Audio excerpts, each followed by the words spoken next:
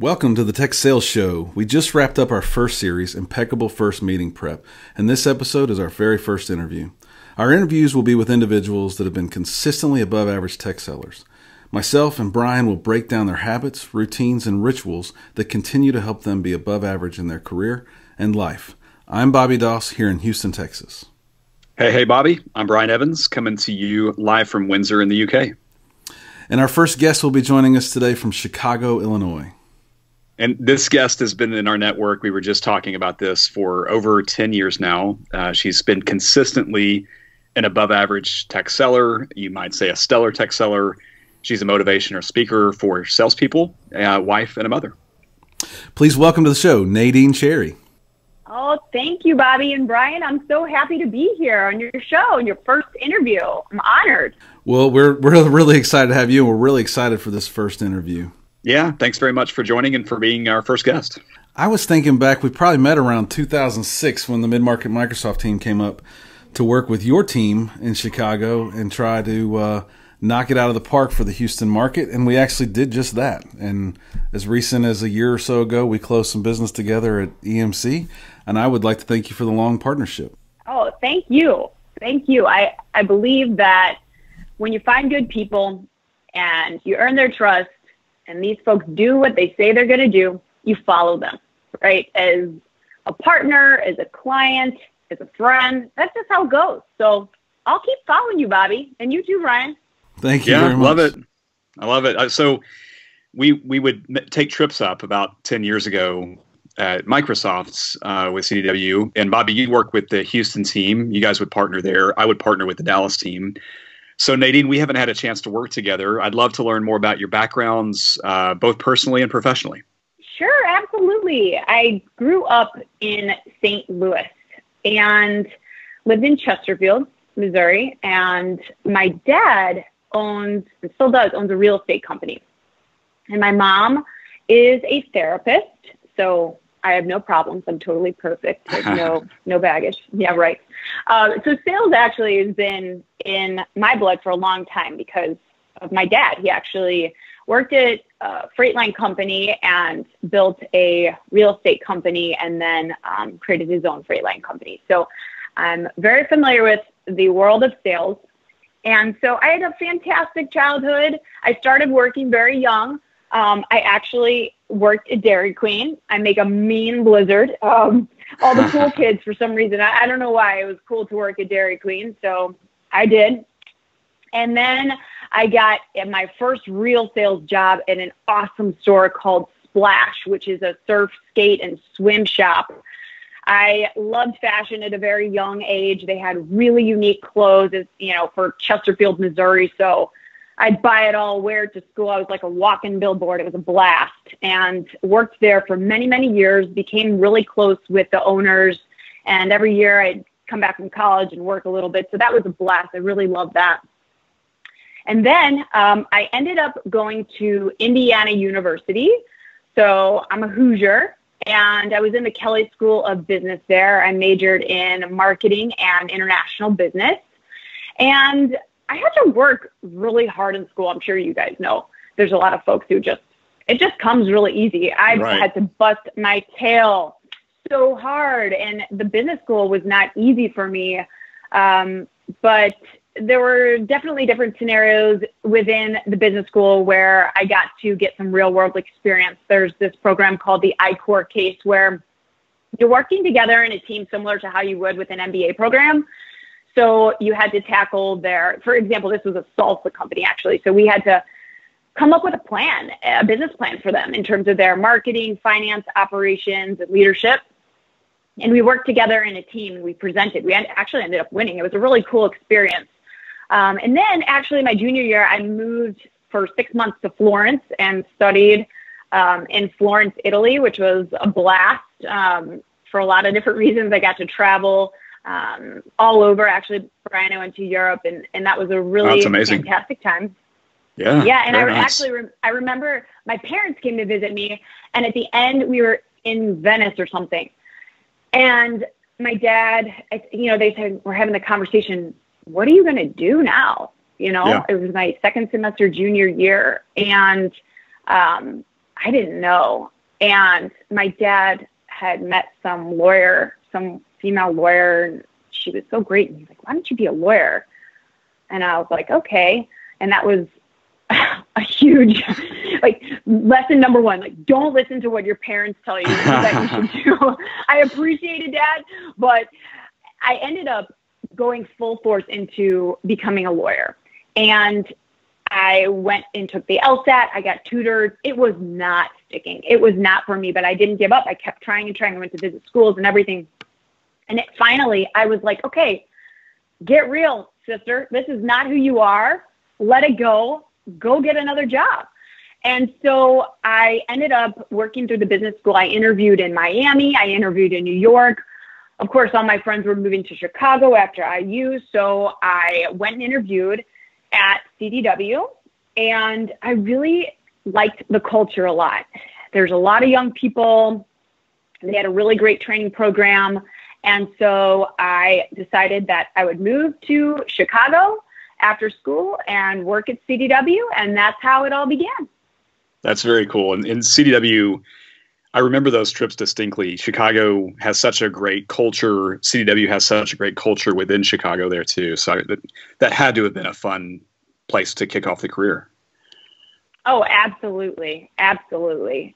You know, at that point, a lot of people, I guess, they do know what they want. That's fantastic. I think there's a big group that don't. And so they start their jobs, you know, start going through and dipping their toe in the water in different things. And I can't tell you that I started at CDW thinking that I would build a long career and enjoy it as much as I have, but that's how it worked out.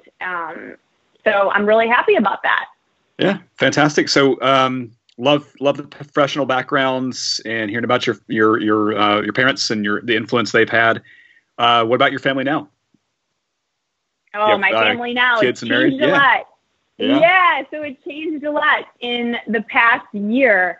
So my husband actually also went to IU, also studied in Florence. He is a couple years ahead of me, actually. Yeah. And we reconnected in Chicago. So thankfully I moved to Chicago, and we got married on 9/10/11 in St. Louis. And he is in real estate, actually works at a private equity company in real estate. So he has been a tremendous resource to me. And, you know, it's just awesome to bounce ideas off of him. He has such a different perspective, and we are constantly talking to each other about ways that we want to up our game. And so we love traveling. For our honeymoon, we went to South Africa. That was a pretty incredible experience. We love going to California. We just actually, so I'll skip ahead. We ended up, after sticking to our guns and taking our time and doing it when it was our time, we had a baby actually in March, on March 21st of 2017. Thank you. And it was just a pretty incredible experience. Thank God, more than anything, she's a healthy baby, and that's all we really could ask for. But we feel like everybody does about their kids. She's so much more. She's a very happy girl, and thankfully, she's a really good sleeper. Yeah. And her name is her name is Fiona Moon, actually, and we just adore her. We are absolutely in love with her, and we took her to Mexico actually at 8 months old, and that was a really good time. Yeah, nice. Yeah, and people see that picture on the blog post as well. But did you say March 23rd or 21st? 21st. My daughter's birthday is March 23rd. I was going to say there's another connection. But my daughter's 17, and she's about to go to college, and it's going to be a continuous growth experience for both of you as she continues to grow up, for sure. And then one other kind of comment. When I was younger, people used to tell me to be a lawyer too, because I probably had the gift to gab, and they thought I could argue fairly well. But it took me much more than just getting out of college. Exactly. It really, it does a number on you when somebody tells you at a young age of what to be. I don't know how I feel about that. I'm not going to do that to Fiona, I don't think. Yep. And part of what we're doing here as part of this tech sales show is to give people an opportunity to learn about sales before they actually jump ship and become a salesperson, and then hopefully give them some education. I don't think I ever thought I would be a salesperson. Even when I was in technology, I honestly hated salespeople. And then as I continued to grow in my career and be a little bit more business-like, I realized the value that I could bring, not just being a technical consultant, but being a consultant to my customers as a salesperson. Absolutely. Absolutely. As we learn more about you, what is your proudest personal accomplishment? My proudest personal accomplishment, I have to say, kind of along those same lines as what we're talking about, is, I'd say, quote, coming out as a speaker. I love speaking at a really young age. It's so weird. Who likes motivational speaking? Who likes speaking in public? Nobody. Most people tell me I'd rather jump off a cliff. And so when I was young, I was 16 or so, I went to my mom, even younger, I think, and I said, I want to be a public speaker.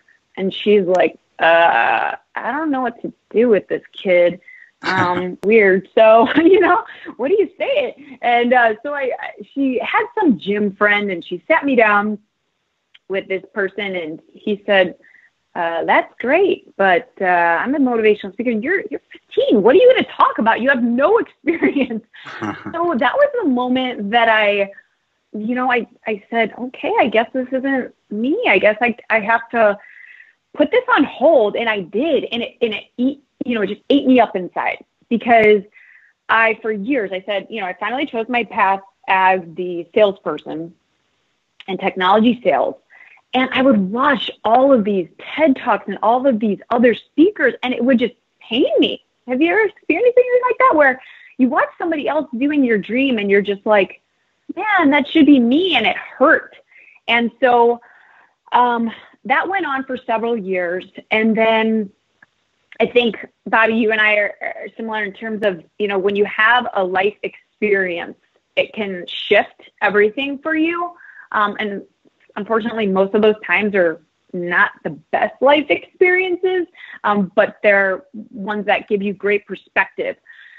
And so for me, that was when my mom was diagnosed with breast cancer. Thankfully, she is in really great health, and she got through it.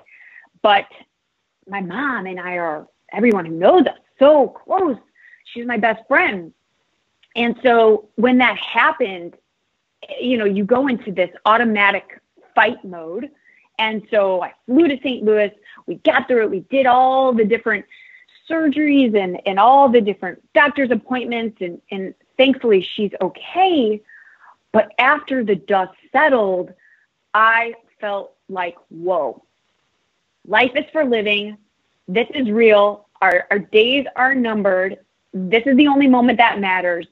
Stop hiding who you are and be you. Be a speaker. Go do it. And so I decided to go for it. And I started first at CDW. And I rounded up a bunch of people that I had mentored over the years. And I said, hey, I got some content and I'm fast forwarding, but I'm going to spit my game at you guys. Are you down for that? Because I didn't have a chance to meet with them all individually. And so they said, yeah. And so I got them all in a room, and I started talking to them about mindfulness, which is something that I also experienced on the journey of my mom going through breast cancer. And also talked about tips and tricks and routines and rituals and becoming more present in the moment and how that can translate to sales. And after that was successful, after several presentations and the group kept getting bigger, I started to shift my perspective, and I just said, I'm a speaker. When people would ask me, I started just saying, I sell technology, but I'm also a speaker. And that alone, just being able to say, I am what you are, is a pivotal moment. And then it started growing. People started asking me to speak. And so now I do both. I do speaking, and I also am a technology salesperson. And there's a lot of synergies there between them. And so I would say my proudest accomplishment, back to your question, is just coming out in terms of who I am. And that was a risky move. It took a lot of courage for me. Like I said, I was in denial, or whatever you want to call it, for a really long time. But I'm so glad that I decided to do it, and it's still a learning experience. I bombed completely some talks, but it charges me, it energizes me, and I'm going to keep going because I can't deny who I am anymore. I love it. I love it. So to further on this, Nadene, so we're all doing things on this podcast now that are outside of our day job today. Tell us more about the work you're doing outside. Tell us about some of these speaking engagements. Tell us about what you're doing outside of CDW. Yeah, absolutely. So I'll tell you, for the past year, I haven't been able to do much because I had the baby, and that was my top priority. Sure. So now I'm starting to ramp back up and get more into it. But so some of the talks I gave, so it started, I've been a panel speaker first, for actually a company that was acquired by Nordstrom called Trunk Club. And after the panel talk, they asked me to come back in and specifically work with their sellers on creating what I call top 10 sales mantras. And I go through these mantras with them and really help them engage each other. So that's been a great, successful talk. And a lot of what I like to talk about, like I mentioned on mindfulness, and mindfulness is really just paying attention to the present moment without judgment, and being aware, creating more awareness, and recognizing when you have thoughts going through your mind and not saying, why did I have that thought? I shouldn't be thinking about that. Or why did I do that? Or why didn't I do that? Anything related to the present, the past or the future, and being aware of where your mind is at. So it's kind of helping them train their mind and recognize where their mind is. And then, because as you guys know, when we're in front of clients, and you've all been in front of a client, and you can tell they're thinking about when lunchtime is, or you find yourself thinking about, oh, well, when am I going to get to ask this question about my specific technology? You can see that in someone so easily. And we don't want to be those people. We don't want to be, I believe it's a little disrespectful, actually. So I like to be completely present, like I am here now with you, and teach people how to do that, and tips and tricks, and also feel their best. So we'll maybe talk a little bit later about a morning ritual, but ways we can tweak our daily habits and identify things like, when is your on time? Each of us have a point in the day when we feel our best. Oftentimes when I'm giving a talk around time management, let's say, I'll go around the room and I'll ask everybody, when is your on time? For me, it's between 6 a.m. and 9 a.m. So I want to have meetings. I get the most done during that time. If I could give a presentation at 7 a.m., which you can't, but if I could, I completely would, because that is when I am on the most. And when I go around the room, it's so fascinating. And then you build your day right around that. So, for example, knowing that my on time is in the morning, that is when all my most important meetings are. Absolutely. If I'm giving a big presentation, it's that time. That's a great tip. And then I know what some of my non-critical activities are, such as, creating quotes, or, working on different emails, or catching up with someone who is not, I'm not presenting to, or something like this. I schedule that in the afternoon. Okay. But everyone is different. Yeah, everybody's different. Some people, what about you guys? When is your on time? Bobby and Brian.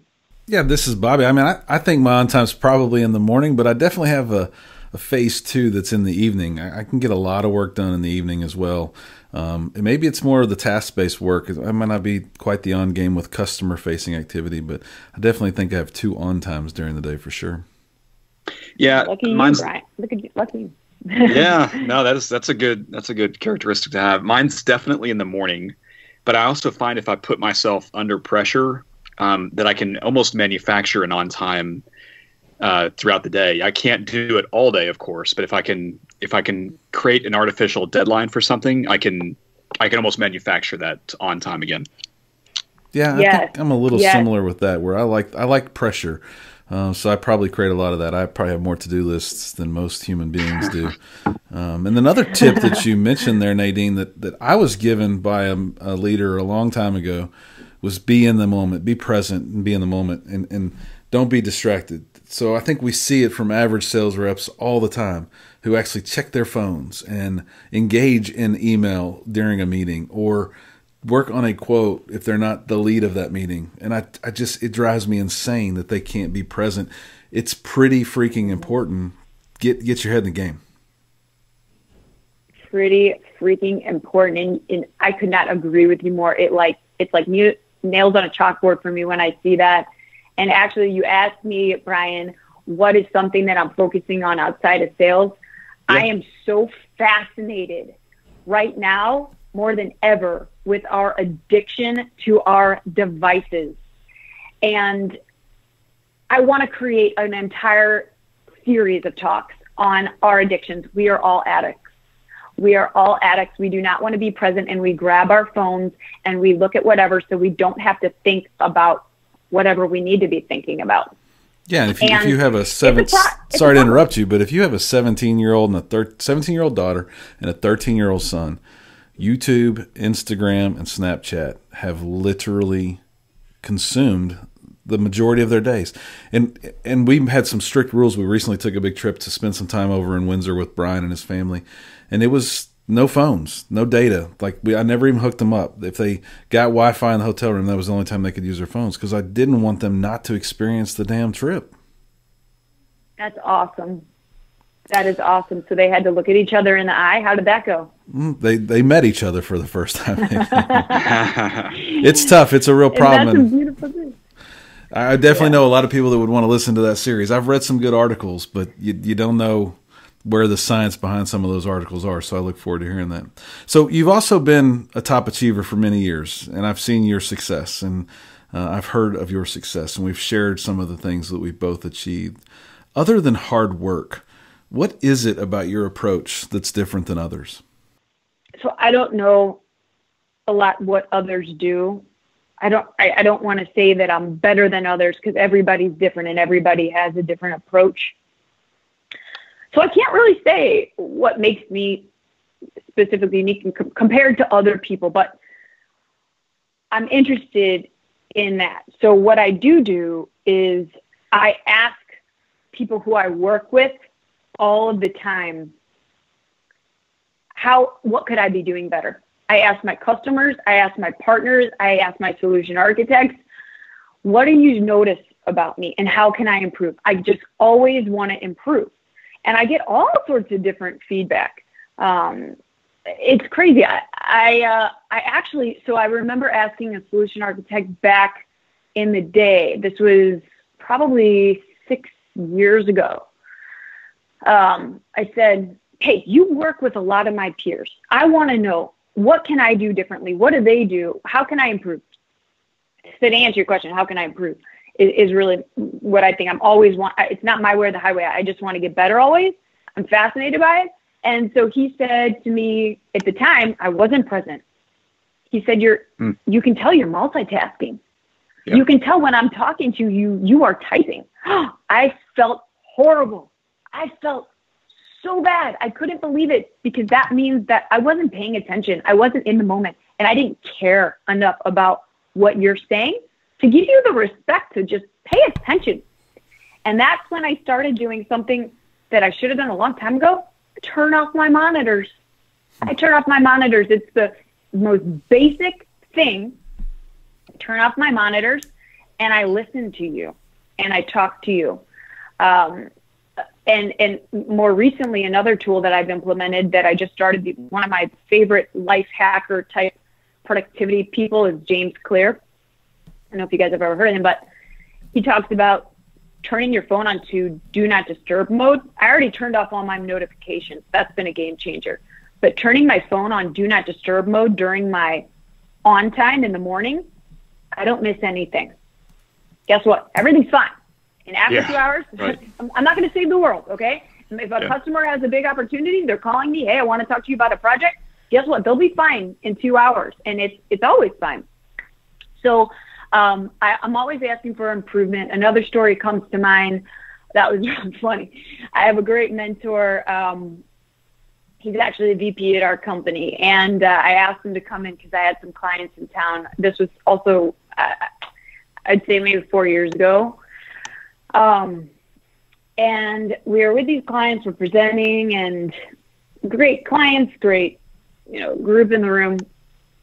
And afterwards, he comes up to me, he's like, and this is for me. I'm someone who says, I'm a motivational speaker. He says, Nadene, why weren't you smiling? You didn't smile once. You're so tense, like loosen up. And I had no idea. And there is such a thing about an energy in the room. So I couldn't believe that I was doing that. So now I just like to keep it real loose, and have fun. And business is business, but we got to have fun, right? So to answer your question, yes, hard work is involved in it. There's no question. Everybody works hard. If you're a successful salesperson, you're hustling. I've been on President's Achievement Awards with the top performers. I'm not the best, but with some of the best. And, they're working on our club trips. They're hustling. There's just no question about it. But I think that you can't do the same thing always and expect different results, right? We've all heard that quote. And so I love to learn how I can improve as a seller. I love how I can improve physically, mentally, sleep better, be a better mother, be a better friend, and always open for suggestions there. So yeah, I think that there you go. That you asking it a lot is definitely a proof point. But I think those people that always want to get better is something that the listener should take heed to, is constant improvement. I know a lot of people that are stuck in their ways. They aren't open to that. I have not heard of James Clear, but I will definitely follow and read some of his stuff. We talked about Tim Ferriss briefly before when we were doing the sound checks, and he's a guy that has a lot of life hacks, and any of that stuff I do enjoy and like for sure. Mm-hmm. It's good stuff. So I love the turning off the monitor, in really focusing your conversation, putting the phone on do not disturb. What's the best sales advice you've been given? And maybe those fall into that. Like maybe you're, the culture and the temperature of the room that you're managing by having a smile on your face and being happy and being engaged. That obviously becomes kind of pervasive throughout conversations with prospective customers. Mm-hmm. But so maybe those fall into it. But if not, any sales advice that you've received over the years that you continue to use? So I have advice, but it doesn't have to do with a sales advice. It was more like life advice that I turned into sales advice that has transformed everything for me. But really, when it comes to business, I read this book and it changed the game.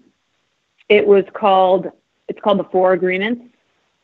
Oh, yes, I've read this. It's outstanding. It's an outstanding book. Yes. Yeah, by Don Miguel Ruiz. And when I started putting this into practice, it changed everything. The Four Agreements. There's a couple of them I'll tell you, but for example, don't take anything personally. Yeah. Hello, we're salespeople. That to not take anything personally, we get told no all day long. And if a salesperson just starting out is taking things personally, you're never going to keep going. You're never going to make it, because nothing that anyone says or does is because of us. It's always because of something that's going on with them that's in life. If somebody yells at you on the street or honks their horn or tells you, hell no, don't call me again, I'm in the middle of something, that has nothing to do with you. But if we let that stop us, if we let that person's whatever is going on inside of them get in our way, then we'll never move forward. So that has been crucial. I'm sure we all come up with it, situations where in adversity all the time. And so that served me quite well. But another agreement that has served me is always do your best. And I think about that all of the time. It's so simple, but always do your best. So we have a choice every single time we pick up the phone, we write an email, we send a quote. We could do it halfway, or we could do our best. And that is something that's maintained front of mind for me. So, for example, sending a quote. For some reason, I've seen some of my peers, or I don't even know where this started, but just sending a quote to a customer. Here you go. Here's a quote you have. That's not the best. It just doesn't cut it. And so really taking the time to say, this is the business impact, Mr. Customer, that you buying this solution is going to have. And here's what you're getting. And laying it out, that is your best, right? So that's a small example, but so the 4 agreements, if you turn it into a business aspect, will really, I believe, change everything. That's the best business advice. I agree. It's my favorite portion of that book is not to make assumptions, because I think we tend to get in this binary. The prospect is against us, or we try to make too many assumptions on the position they're taking, rather than having a thoughtful exercise of what could potentially be on the other side and exploring all options. And it's something I even use this with my own kids and have them think through and not make too many assumptions. So yeah, we'll put this book in the show notes for this too. It's an outstanding book. Brian, I totally agree with you. I have so many, as you're talking about this, examples. Like, I was just thinking about your previous podcast about preparing for the meeting. And there was a portion of the podcast that I loved so much where you're talking about showing up to a meeting with a new management team from the customer side. And you are so ready. You're ready to, you know everything about them. You're ready for the conversation. And then you have all these assumptions in your mind that they are coming from, this other big company, where that company did business with your competitor. And, you sit down and they say, oh, I love your company. I've been doing business with them for so long. And do you know this person? It blows your mind. You made all these different assumptions. And then, just even in day to day, you think about as a seller, how often you have to rely on different members of your team. You work so much with different members of your team, and that you're under pressure. So you have to put pressure on them, right? Yep. And so what you do, right? So what you do is they could say to you something like, they're frustrated. You could tell they're frustrated, and you think it's because maybe they're busy at work, but turns out if you just ask the question, this is my favorite thing, is what's really going on? And if it goes on for so long, you just ask, what's going on? What's really going on here? Right. Right. I care about you. I want to know what's going on. And you learn who knows what. You learn my dog died, or you know what? I got into a car accident on my way to work, or I just spilled coffee. I'm just having a bad day. And it changes the game. It does. It really does. And it was the hardest skill for me to learn, because I like to say I'm so focused at work. I get a bad rap sometimes of being a little rough around the edges, but people have real lives. This is life. And it might have taken my own life experience to realize that not everything was quite as important as me and what I was thinking about in that very moment. So I definitely can appreciate that. But all this, Brian's prep and your thoughts and all those things kind of are just doing your best, right? And it kind of culminates into another facet that makes up a impeccable tech seller. One question that we've been asked in the last month, and one question we'll ask you, and it doesn't have to be a long answer, but how do you stay up with everything that your customer could possibly need? I mean, the tech world is changing so fast. How do you stay up to speed, train yourself, and at the top of your game as it relates to all the technologies that you could help your customer with? Yeah, that's a good question. It's very difficult because we sell so many different things. And I get real clear and honest about the fact that I don't know every single detail about everything, but my job is a connector to make sure to get you in front of resources that do. But when something new comes out, I have a team. I like to ask at my own company, the people who are the architects, the engineers, what their thoughts are on it, and how they see it will fall into the marketplace. And if we're talking about new technologies, new companies in general, I really like to be cautious of who might buy them, and kind of put some feelers out and talk to my peers in the manufacturer community to understand, what their companies are looking at. And for example, let me try to save this without divulging too much. So I'm working with a client right now who said to me, you know what? I love this technology. I'm really concerned because the company that just bought them, I've had bad experiences with their support organization. And that is a reason why I would not buy it. Help me understand why I should not be concerned. And so getting, the VP of support on the phone and help dispelling those thoughts. So really the best way that I can understand different technologies and what I'd like to talk more about or have my customers potentially look at is talking to my customers who are using them and understanding what their experiences have been like, and ultimately potentially connecting that customer with a potential customer to have them talk together. So it's a lot of listening, and it's not a lot of tying your hat to one specific thing necessarily, because every business need is different. You can't, what is the saying? You can't put a square peg in a round hole. So yeah, just trying to get as educated as I can.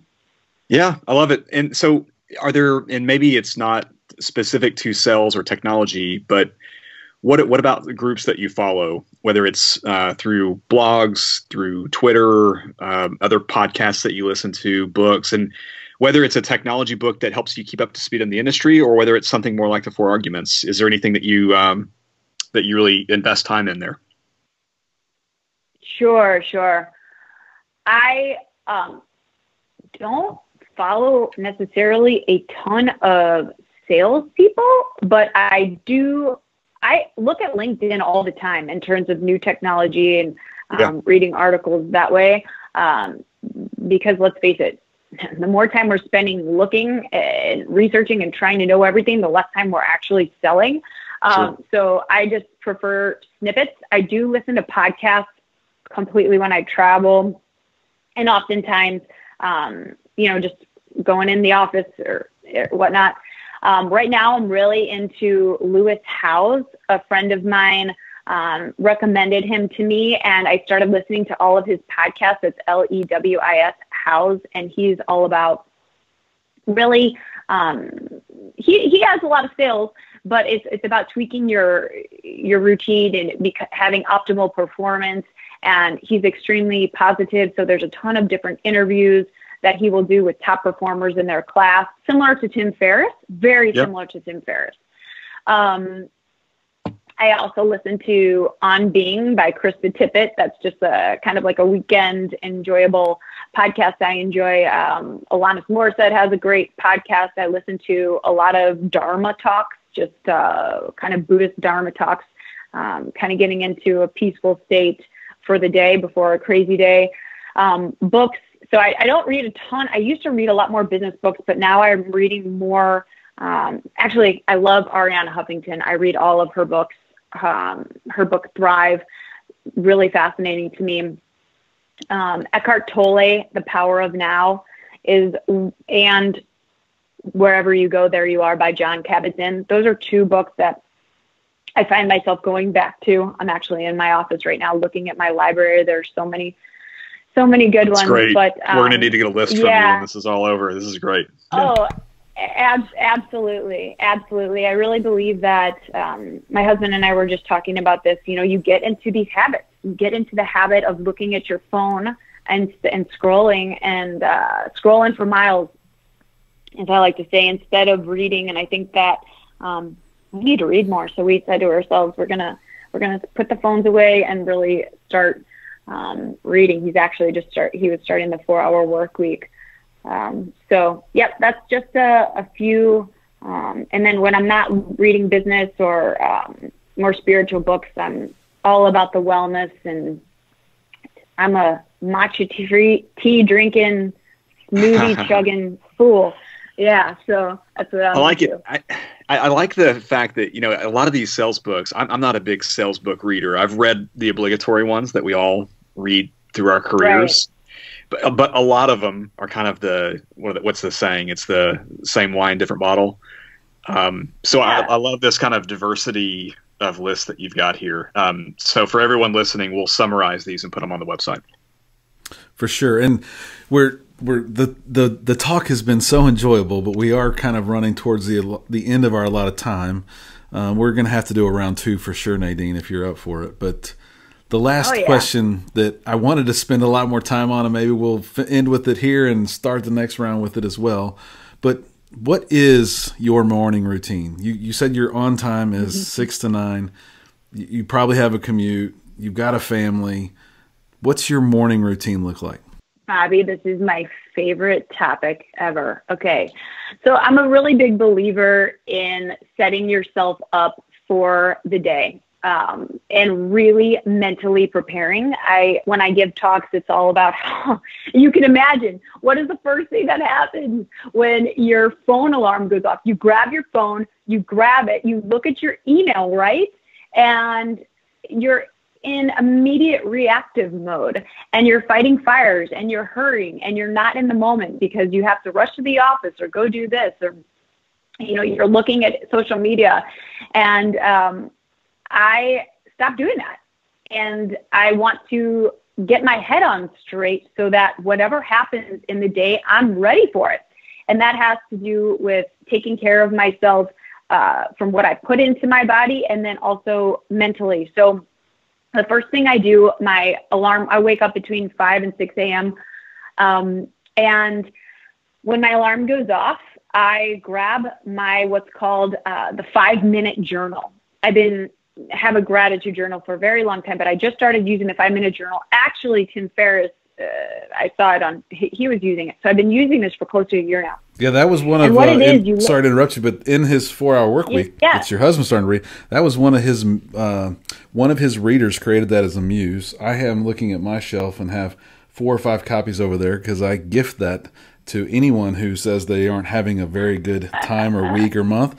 It doesn't take long to have to write down 3 things that you're thankful for to feel really good about it. So love that journal, and a daily practice for me as well. Oh my gosh, Bobby, we are so similar in so many ways. I gift that to people as well. In fact, I just had my cousin call me up and say, I need to tell you about this. I started using the journal that you gave me, and I had put it up for a long time, but something came to me. I started journaling, and now I got a new job, and I'm like, whoa, the journal's doing a lot for you. But she really attributed it to, you know, getting in the positive mind state. And there's a quote, I say it, I don't know if I made it or what, but you can't be pissed off and grateful at the same time. Like, whatever's bothering you, you can't be grateful and that at the same time. So I choose to be grateful.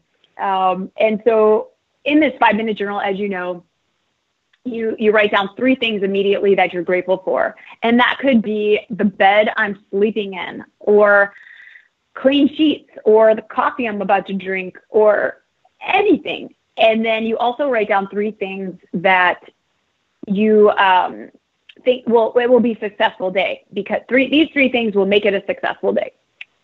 And I really like that part, you know, because even if it's just like going to the grocery store, hey man, I got a young baby, that's a freaking win for me. Okay. So going to the grocery store, or, you know, having this phone call with an old friend, or, you know, reading this chapter of a book, whatever, those are the 3 things. And then the last part is really awesome. It's I am ... And this is a big part of my day, my morning rituals, in terms of setting an intention, or I call it a daily mantra. And I am, you know, I got it, or I am ready for anything, or I'm going to inject humor and some lightness into every exchange I have today. Or, I'm going to be a little bit more compassionate with people. I'm going to listen, or I am whatever. I'm funny. I'm a badass, whatever you want to say. And it helps set your mind up straight. And then I venture upstairs to my meditation area. I have a meditation practice for 5 or 6 years now. Actually, I was lucky enough to have a meditation cushion designed for me when we moved into our new house, because it is a part of my life. And so I will sit and practice meditation for 10 to 15 minutes every day in the morning time. I've tried all different kinds of meditation. I encourage everybody to try all different kinds of meditation if they would like to. I'm not tied to a particular kind. Typically, I do the Vipassana meditation, which is just breathing. But sometimes I want to be guided. So I use an Insight. It's called the Insight app. And it's a little, bing, and it'll start and end. But there's also a lot of guided meditation. So that's my favorite one. And I'll do that for 10 or 15 minutes. If I am going to the gym that morning, which I do, I will do it in my car. I meditate. I'm that weirdo on the train with my eyes closed, and everybody's like, "She's sleeping." I'm in a different state, and so that's how I get started there. And then lately, if my baby's still sleeping, I'll be in the kitchen, and I will make myself a cup of tea and do some outside of CDW work, like prepare for an upcoming talk or put some content together, things like that. And then I will have a shot of apple cider vinegar, and I then make a matcha tea latte. Stop drinking coffee. I think that's a really big thing. You also, if you think about your on time, so matcha tea lattes keeps me consistent with my energy throughout the day. And that's important. I noticed when I was drinking coffee, I had a huge slump in the afternoon. And so that impacts my productivity. I also was really jittery with coffee, and I was like, kind of spazzy, and I didn't want that either. So that's a huge part. As much as I love coffee, I gave that up. And so, mind you, this is about 7 or so. I have not looked at email yet. And then so it's probably 7, then 8 o'clock, I will get to my office, either once, I go into the office to downtown, or I'll work from home. And I have a notepad, a binder at each book, or each desk, and I write down again what my intention is. So right when I'm about to open your email, you never know what that inbox is going to contain. I say, I am X, or I am this, or I am ready for this, or I'm going to conquer the day, whatever it is. And that also gets my head right. And then recently, as I mentioned, I started turning off my phone. I turn it to do not disturb. And that's new, and that is incredible to see how your mind goes, and you want to reach for your phone while you get on a call, or when you're waiting for something and you see your urges. It's just phenomenal. It blows your mind. So I turn that off so I can completely focus during my on time. And that is my entire morning ritual. I could totally go into more details, but that's a lot anyway. So I love it. I think that really the net of it is it's more of a psychology approach rather than a sales approach, right? It's you're very thoughtful about every step of this. And I think it'd be great if, and to kind of plug some of your stuff, it's peacelovesales.com. Again, we've got a link on bobbyandbrian.com that will share all of this and send you directly to her site, or you can go to her site directly too. But if you manage a sales team and you want to get your sales team, have them be more thoughtful in their approach, you should hire Nadene, get her to come out and do some motivational speaking for you and your team. And to kind of summarize what we talked about today, and thanks again so much for coming on the show. We talked about mindfulness. We talked about your on time every day and being thoughtful about what that is for you and how do you make the most of it. What activities do you do in that on time to really maximize your productivity? I love the idea about turning off your monitors and really being in the conversation, putting your phone on do not disturb. We're going to link to a ton of books that you mentioned. And then one that was on your website but we didn't bring up today is the Dan Harris book, The 10% Happier. I saw that you have a link to that on your website too. That's a fantastic book that I highly recommend. It really is. Yeah. I am so grateful to be a part of this. You both have so much wisdom to share. Bobby, you've been a mentor of mine for so many years, and we got to help each other more. And I cannot wait to check out your next interview. I'm so glad you're putting this content out there, and I can't wait to share it with some of my peers. Well, you have exceeded expectations for our first guest, no question, Nadene. I can't wait. Set the bar high. Yes, you did. The future guests will listen to this and go, "Oh my gosh, I don't know what I just signed up for." But we really appreciate it. I can't wait for round 2 and other personal chats along the way. Is there any other place you would like our guests to find you online other than peacelovesales.com? Instagram, Nadene Cherry. I'm all over Instagram. I always post my morning rituals, all the stories, all my photos, a little bit of inspo. So please, Nadene, Nadene, Cherry like the fruit, and look forward to following you back. Well, with that, we'll wrap it up. Thanks again for always being a partner to me, and we wish you continued success in everything that you do, Nadene. Same to you, Bobby and Brian. I'm so grateful. Thanks. Thank you. Yeah, have a great week. You too.